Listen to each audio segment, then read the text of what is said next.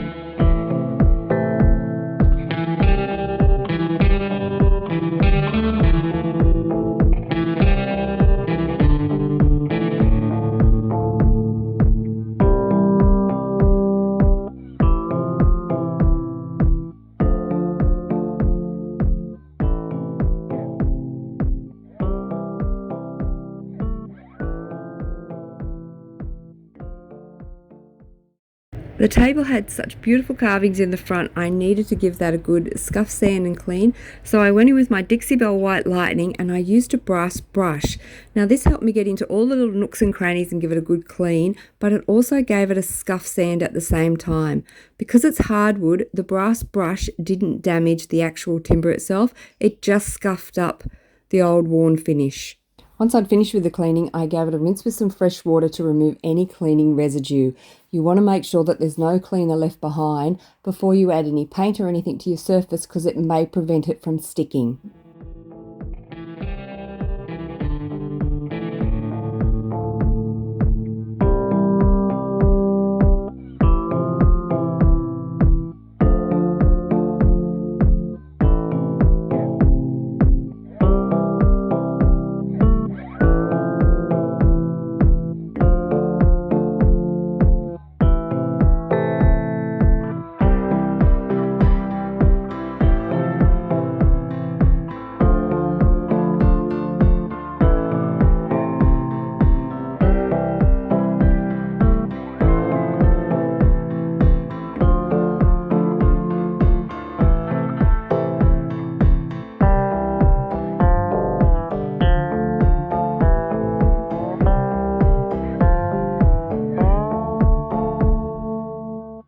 The beautiful carving along the front had unfortunately had a crack that ran right the way through it.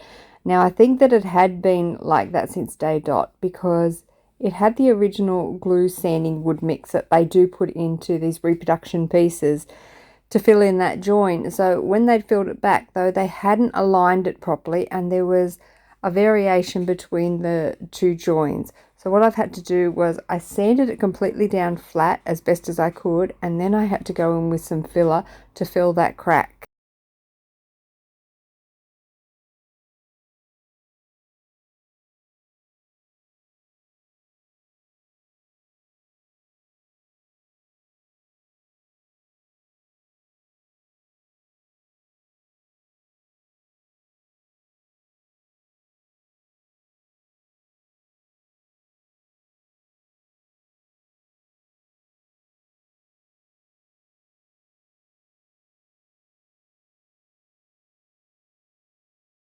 I also made up a slurry mix of the timber filler and I did a grain fill. Once that fill was dry, I gave it a sand with 180 grit to completely flatten it down so I had a nice smooth surface to work with.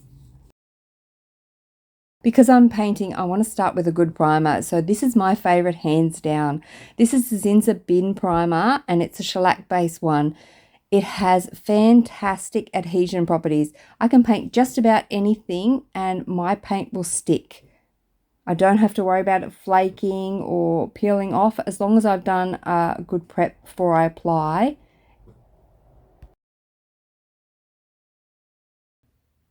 I ended up having to do 4 rounds of filler into this crack. Once I painted, I noticed more imperfections. I don't know about you, but whenever I paint something, as soon as paint goes over, it doesn't matter how well I've filled something or overfilled it and sanded, you can always find some imperfections.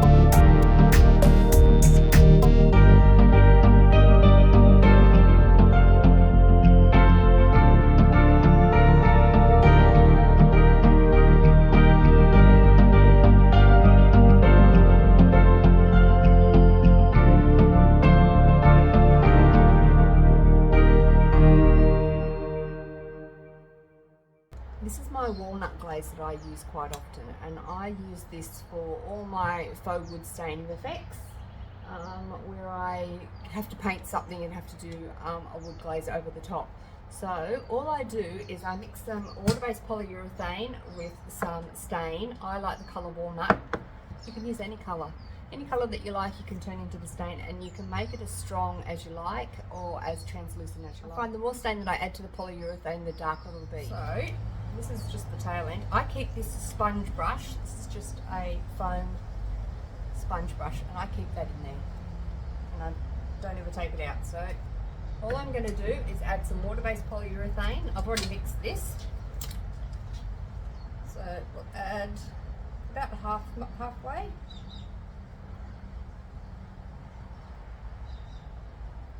Yep, so I've got about halfway. I think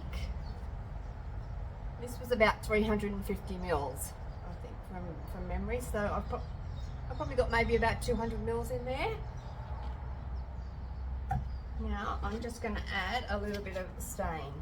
Not a lot. Maybe about 40 mils. Let's see how we go with that.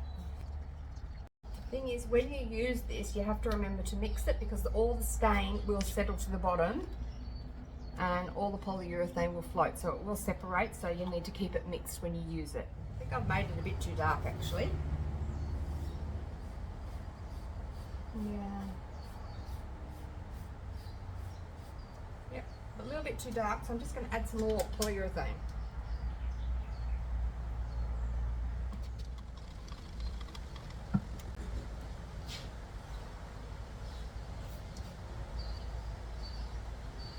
Okay, that's a bit better.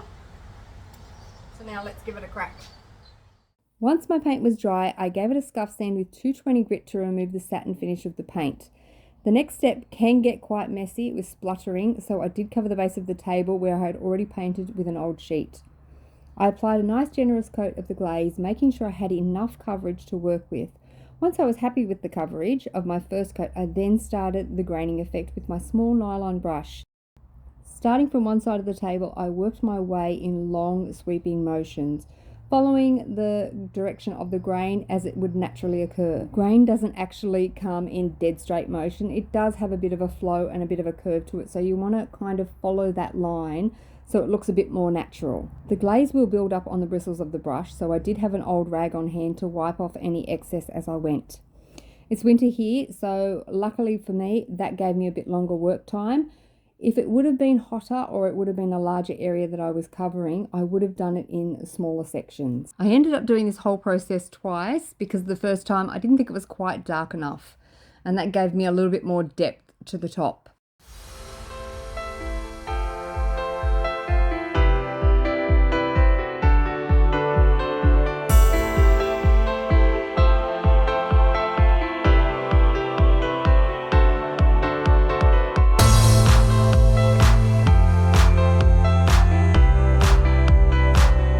I love everything about this piece, but I definitely think that the carving along the front is the hero. So I've gone and grabbed my dark wax and a small artist brush, and I'm just brushing that dark wax into those carvings. I just want to highlight it and make that carving pop a bit more than it already does.